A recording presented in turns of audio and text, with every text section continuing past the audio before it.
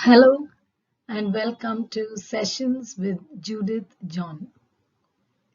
You can see that on the screen now I have also added my WhatsApp number and mail ID. You can always contact me using these two sources. In today's session, we are going to see about something very interesting and what is going to be very useful tips for all of you.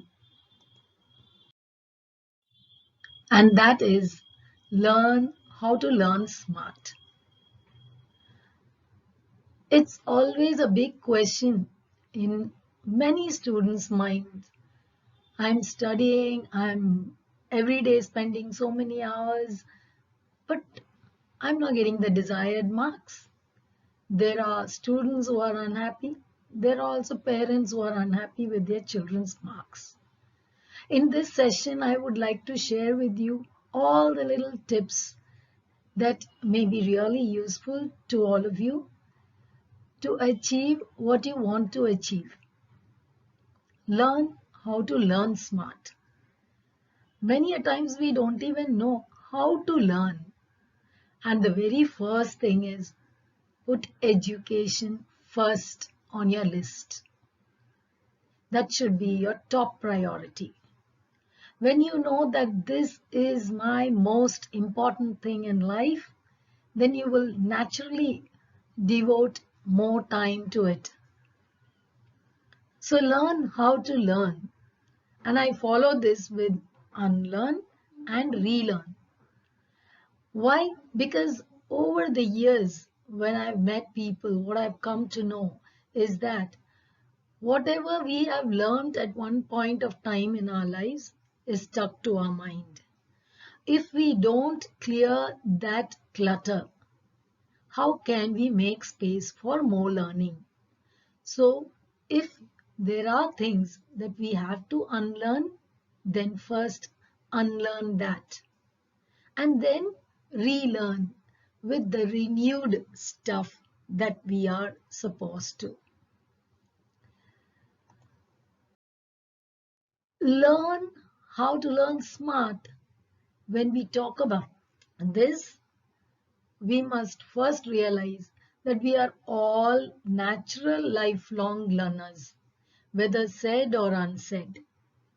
What you start learning and when you're first born until the last day when we are breathing our last, we keep learning. It may be formal education by going to a school and college.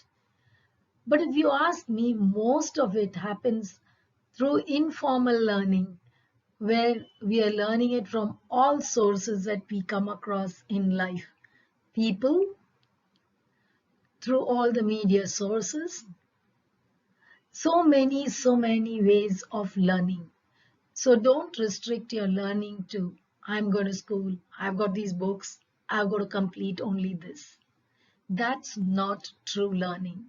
If we just understand that learning is all around us, it's for us to pick up the right things. Now, coming to your actual course of studies, the very first step is to know your course well. If I ask students, you've got all your new books now, the new session is starting, have you gone through them? And many a times the answer is no. There are hardly 2 or 3 students in a class where they will say, yes, I've seen it. So the very first mistake we make is not looking at the course at all. If I want to achieve a particular goal, I should know where the goal point is. Set that goal first. And how do we set that goal? We first know the course well. This is what is my course for this academic year. Be clear with it. Go through the syllabus. This is the syllabus which I have to cover for this year. And the paper pattern and marking scheme. When we do not know all this, it becomes very difficult for us to go through the rest of the lessons only as lessons.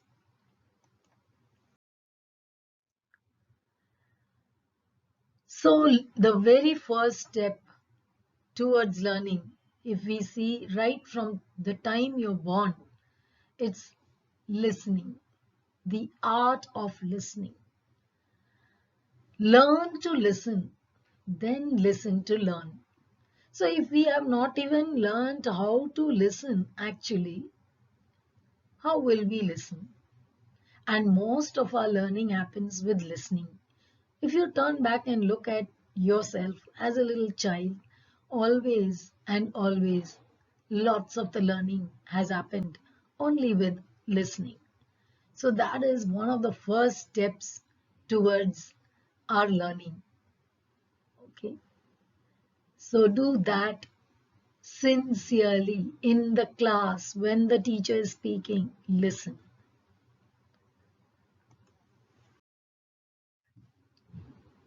Because of this art of listening, note making becomes very important. Now, here I would like to specifically mention the difference between listening and hearing. You sit and hear, that just goes off because that happens without your voluntary self, without your involvement. All the sounds that happen around us keep falling into our ears on its own, not with our interest. That's hearing. But listening is paying attention, it's involving the self, then it will have an impact on the brain. So if we can make a difference between really sitting and listening in the classroom and just hearing what the teacher says, learning starts there. Now, how can we equip ourselves with this listening, art of listening, the technique of listening? Note making is very important over here because it helps you to listen and to concentrate. We have a wavering mind. Very easily our minds shift. So even if it's a class of 40 minutes with the teacher, we may not really sit and listen to all the 40 minutes. We listen to 2 minutes, 3 minutes, maybe 5 minutes in a row. And then there is something else that comes to our mind and we waver off. This happens very often. So note making helps us to keep listening, to concentrate. So whenever a teacher is teaching in the class, you sit with your pen, pencil or notebook to write down points as and how the teacher is teaching. Now this helps in many ways. All the details of note making I have given in my other video, the link of which is given down here. You can click there to learn all the tips needed, the art of note making, because that's again a very important skill that all of us have to develop. That makes a real platform, a foundation to your learning. I spoke all this while only about listening. Then you may think, why only listening? Not only listening, that's the first one. It's followed by speaking, reading, and writing. These four are the basic skills of any learning to take place. So as you listen to your teacher, you are writing down the points. As she is speaking and you want to ask a question, do pose it. Whenever the teacher asks a question, ensure that you answer. Or if you have a question in your mind, please do speak it up. If there is an open discussion happening in the class, be the one to open and speak with your own opinions. Opine. It's important. And read. If we do not read, how will we come to know what is there in the book? Reading. Reading the notes, reading the books over and again. So all these four skills together make up your entire learning wholesome.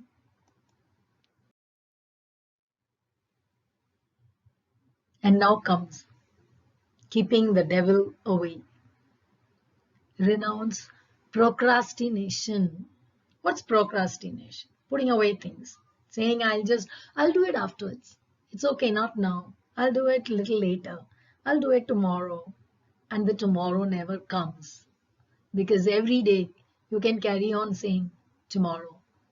I'd like to share a short little story here that I've heard many a times. The devil came down to earth thinking that I'll have to do something to this man. Men are progressing so much, they're working so hard, they're doing so many things. How can I just stop them? All right. And then the devil was not very successful, did all sorts of things, tried many things with men, couldn't, went back. And then they had a big meeting in hell.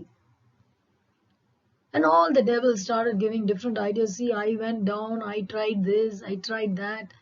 And all the devils shared whatever things they had tried with. And then there was one little devil who said, wait, just give me one chance. I'll go down and I think I'll be successful.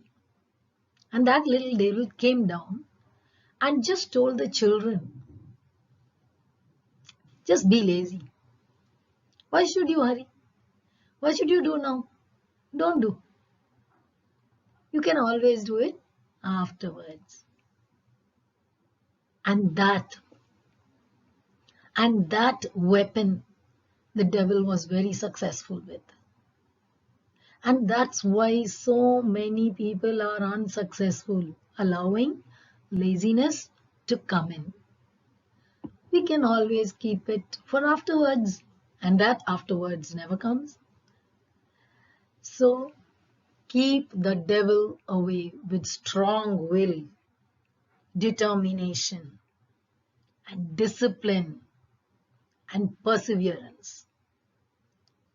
In anyone's life, I think these are the most important words. Do anything that you want with strong will and determination, with perseverance. And of course, discipline is the key to all this. Then no devil can come near you to spoil your plans. Self-motivate. Often I've heard students putting it off saying that teacher is no good or this particular thing is happening, the text is like this, the notes are not okay. Instead of blaming and passing on and trying out this blame game, self-motivate. Don't wait for somebody else and talk to the right people. As you reach the senior classes, many students I've seen distance themselves from their parents and their teachers and depend more on maybe media, social media platforms, unknown people, strangers, and classmates and friends. In what way are your age group, same age group, better equipped? Are they better equipped to give you advice? Are they more experienced than you? Give it a thought. Is it not better to talk to your own parents and your own teachers who will give you the right guidance? Try it. Never, never sit alone in a closed or a dark room. That's very damaging. Always remain in open room where there are others. Sit where there is a lot of light, where there is a lot of air flowing in. Because this alone shows darkness and closed room makes you feel lonely and depressed. The choice of colors of a person also talks a lot. So always like everything that is bright, bright sunlight, the bright sky, the blue sky. Think of everything that is positive and take short breaks in between your learning. Don't say very proudly, I was sitting for 10 hours learning, through the night learning, through 6 hours learning. There is no need. You can take short breaks in between. Get up, walk a little, drink something, maybe water, even plain water will do, and then get back to your studies. Make your own schedule. You don't have to wait for your teachers or your parents to tell you this is what you should follow. It's your studies. It's yours alone. Make your own schedule a very practical one and don't postpone self-study at all. That's what you're doing for yourself. Remember that if at all we are building something for our lives, laying the foundation, it's time for self-study that gives it.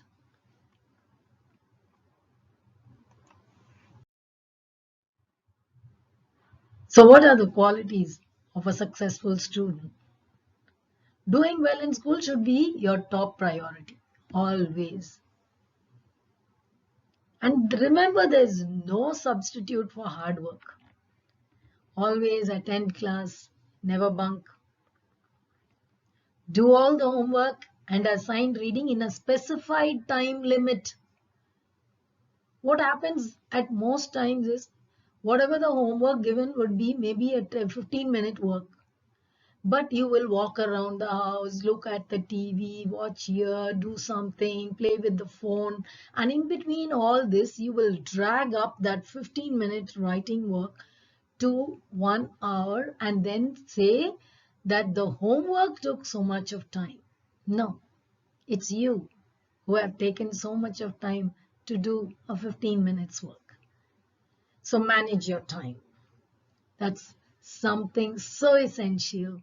Remember, use time well. Always your eyes should go to the clock, or if you're wearing a wristwatch, keep watching it. And do everything looking at the time. Then you will understand that an answer that takes just 5 minutes to write, you'll finish within just 5 minutes and not take extra time. Work with self-discipline. Don't do something because, my parents are after me and therefore I have to sit to study. Now, it's because you want to study, you will study. That's self-discipline. Not because my teachers are saying and there she's sitting and watching, so I'll pretend to do it. How long will pretense work? And give yourself time for introspection. What is introspection? Self-examination. Take off just 5 minutes by the end of the day. And just ask yourself, how have I used this day, this time that was given to me? How much more have I learned? What have I done? Be honest with yourself. Very often I used to tell my students, it's not about how you behave in front of me. You will surely be good enough because I'm your teacher. But when you are in your bedroom, when you are in your bathroom, behave yourself there the way you should behave. Because there no one's watching you. It's about how you are when no one is watching you. So be honest with yourself. Even if you're writing an exam, teacher's watching, how can I dodge the teacher is not what should come to your mind. Whether the teacher is watching or not watching, you should be what you are, honest with yourself. Be organized and systematic. This will solve all your problems. This is the time I wake up. This is the time I'm going for my studies. This is the time I'm going to school. This is the time I'm going to have my lunch. If everything is marked and you're planned and organized, the way you're keeping and arranging your bookshelf, if everything is arranged well, if you've planned everything, nothing can stop you. Then you are the winner.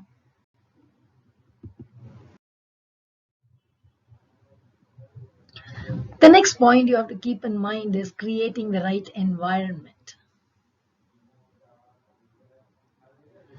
In the classroom, don't forget to interact with the teacher. In the library, if you are, then read in silence. At home, sit properly at the study table or find a nice corner which will not distract you. Your bed is surely not the place to study. You will surely fall asleep with books around you. So have a consistent place for everything.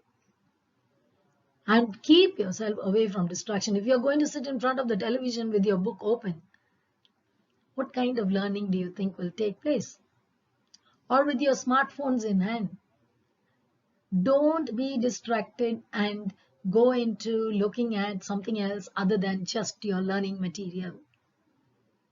And remember, studying is not the same thing as doing homework. If you're going to drag on doing your homework for which has to be completed within a few minutes, if you're going to drag on that to an hour and 2 hours sitting in front of any kind of social media platform or television, how will you manage? Then surely you will be left with no time for self-study. Here are a few concentration tips. Very first thing, sleep well. Many students come up to me and say very proudly, whole night I didn't sleep, I sat to study. God has created us to live by day. We are not nocturnal animals. We need to sleep well and have our sound 7 hours sleep of the 24 hours. So sit by day doing your work and studying. That's something very, very important because your exams are never conducted in the night. It's at the daytime. If you get used to sitting up in the night and falling asleep in your classroom, then how will you sit up and write an exam? Your brain will be tired and will ask for sleep. So don't get into such a routine that's not going to fit into the routine set by the board. Eat right. Eat good food, homemade food, which is going to keep you fit and healthy. Exercise. Go for a round of cycling. If you're an athlete, take a few rounds running. Jump a little. Simple little activities that will keep your physique in good condition. You don't have to climb a mountain. Follow a practical study schedule. You make your schedule. But students, when I ask them to make a schedule, they make a schedule which no one can follow. All the time, studies, studies, studies. No, it doesn't work like that. You keep time for yourself. Keep time for your personal whatever work. Take breaks and then make a schedule. Do not daydream. Keep your mind clear when you are studying. And display your interest to study. Do it outwardly. It should be shown, I am interested to study. Your parents and teachers should be able to see in you that you are able to, you're interested in studying. Show that. Do things like occupying the first bench in the class instead of finding which is the last bench. Take notes which will help you listen and learn. Be positive. Believe in yourself. If you do not believe in yourself that you can do, the I can do feeling, then who can help you if not yourself? Never build anxiety. It's damaging. What's going to happen if you keep on thinking, yes, exams are coming, so what am I to do? There's no need to build anxiety. When it comes, let it come. These days, youngsters I hear very often saying, be cool. So be cool. Why do you get worked up? There is no need. If you have learned properly, why should you get worked up? Face it the way it comes. Practice good habits. Getting up on time, eating on time, going to bed on time. If you make this a routine, all this will end up in good behavior. Good habits form good behavior. And then that's the way of your life. So just do that. How to prepare for exams? First thing is, do not wait for the last minute until the timetable comes and you'll have a look at the timetable and then think of studying. Then it's wrong. Highlight as you read. Whenever you read your textbook for your exam you're preparing, or even otherwise reading and rereading the textbook, highlight important concepts, terms, phrases, definitions, things that you feel are important. Use the notes that you have made during the class to prepare for an exam instead of going through an entire textbook. One chapter runs to more than 20 pages. You don't have to sit and read all if your notes are ready. Self-test how much you know, right? A test for yourself. And write and practice till you are perfect. Because at the end of it, you have to write an exam. So writing practice is a part of it. Learn more than required. Don't stick to only this much of learning. Learn till you understand the concepts. Split a long chapter into parts if you think this is too long. Surely there are subtitles, subheadings, different concepts under different headings. Split them up. Learn one day one, another one after some time, or the next day. And take responsibility for yourself. Don't keep on complaining parents, teachers, others around you. No need. You be responsible for your own performance because the marks are all yours. And face challenges. Looking for simple solutions. Don't make it complicated. There are always, life is simple to be lived simple. Simply live it. Love it. When you're going to the exam hall, ensure that you are dressed modestly. Simple clothing. That's to keep away all other distractions. Carry only necessary things, your writing material, whatever is asked. And ensure that you cross-check before leaving home. Have I taken my hall ticket? Have I got all my writing material stationery which is required for today? And don't go with assumptions of your own. Don't assume it is difficult and somebody is going to come and this is happening. Why? Are you God? None of us can judge over anything. So don't assume at all.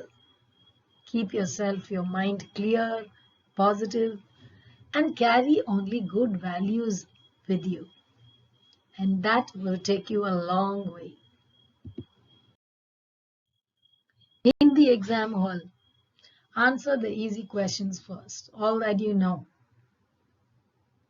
Right at the beginning, just because the first question is something difficult for you and you don't know it properly, don't spend the next half an hour over that.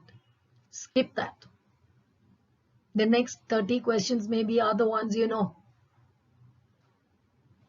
So just go ahead with the questions which you know, answer them first and fast. Answer all the questions that you are sure of first, because time and speed matters. Even when you go for competitive exams, I've seen students come out of the hall saying, I knew all the answers, but there was no time. No, the time was the same for everyone. You didn't handle that time well because you have to Quickly answer all those which you know first.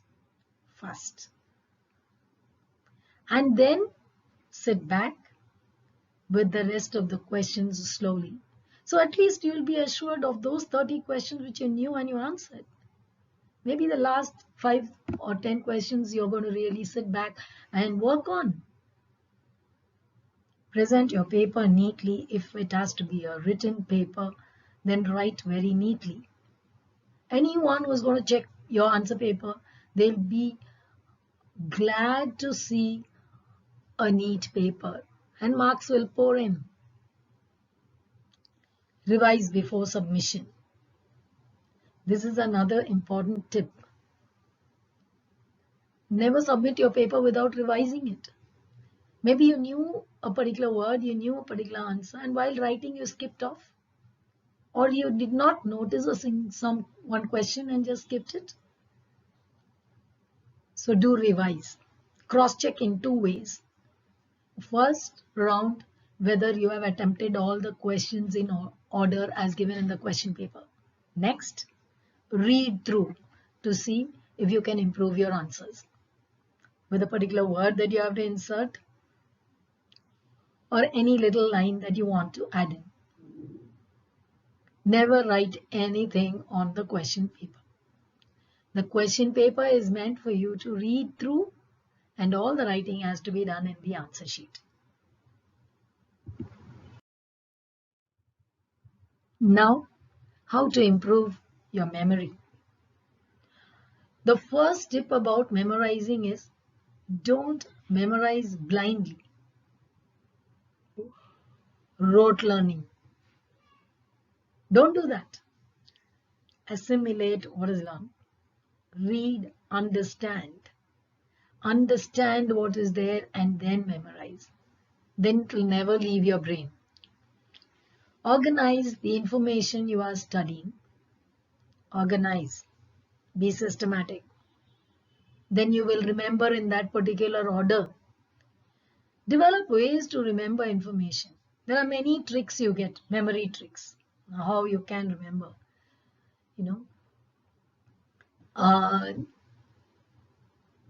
It's a lot of things involved. You can coin words using the first words of the definition, a particular concept you relate to a particular word or a particular experiment you had seen happening. So there are so many ways of remembering. Reread and reinstate till it's there in your blood. What do I mean by that? That in the midnight also, if somebody is coming and waking you up and asking you for that definition, if you know it so thoroughly, you will blurt it out. So that's what is reread and reinstate. Relate known to unknown. Suddenly an unknown abstract something you cannot learn and just get it in your mind clearly. So you have to link it to something that you know already. Okay.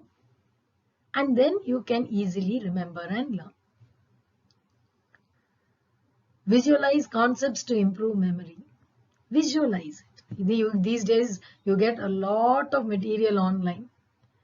So look at it. Watch videos, maybe which are linked to those particular, especially physics concepts which are abstract, maths formulas.